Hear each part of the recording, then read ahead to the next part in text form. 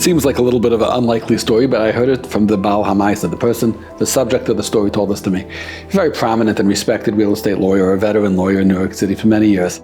This past summer, there was a famously documented criminal investigation into Donald Trump. The state of New York was pressing charges for all kinds of violations of things that they felt he had done in the 1980s that were improper. And this gentleman got a request from Trump's legal team asking him to please write a letter in support of Donald Trump. He had been around and he had been involved in some of the deals. He understood that there were a lot of mitigating factors and there was a lot that he could say that could help the case.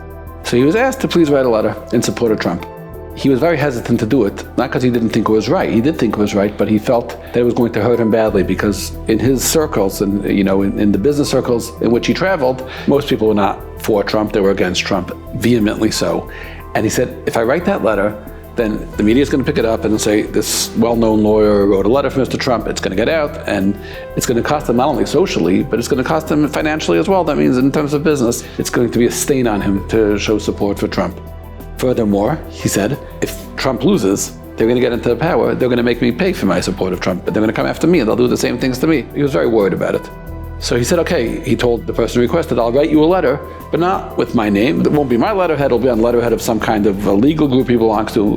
The next day they called him back and they said, no, Mr. Trump said, you should write the letter with your name. He understood exactly what was going on. So he asked one of this generation's great Rosh Yeshiva, a very wise man, what to do. The Rosh Yeshiva told him he should write the letter. Not because he saw into the future and said, because Trump's for sure going to win. He just said that's the right thing to do. He thought that menschlichkeit, that basic midas dictated, for various reasons given their relationship and the role that this person had played in the 80s in the business, that he should write that letter. It was the right thing to do, it was a proper thing to do. So he wrote the letter. Guess what happened? Trump won. So he's a big winner. He came through for the president of the United States when he was down and out, when he didn't have a friend, when he needed him. It was personally requested. Trump was following what was going on, and he wrote the letter. I heard the story from him. It made me think about something. There was a fellow named Barzilai Hagaladi. The Gemara Masechta Shabbos says he was the exemplar. He was the paragon of decadence, of immorality. He was a naif. He was a big Baltaiva. We know another thing about Barzilai Hagaladi. Before David HaMelech died, he told his son, Shlomo, he gave him his will, his tzava, and he said to him, make sure that you're good, that you're kind, Livnei Barzilai Hagaladi, Tasa Chesed. Take care of them, take care of Barzilai's family. Why? When I was running away from Avshalom, he took care of me. He was there for me, he had my back. So he was loyal to me when nobody else, at a tough time, he was there for me. You be there for them. Things are not that great for Kriyat Shemayim right now. It's a very dark time.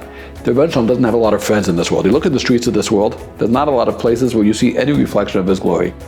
Being there for the king when he's down is the smartest and greatest thing you could do. Somebody who walks down the streets today and says, there's a God. I work for him. I'm loyal to him. I'm faithful to him. Forget how empowering it is. Forget how wise it is. Think what it could do for your future.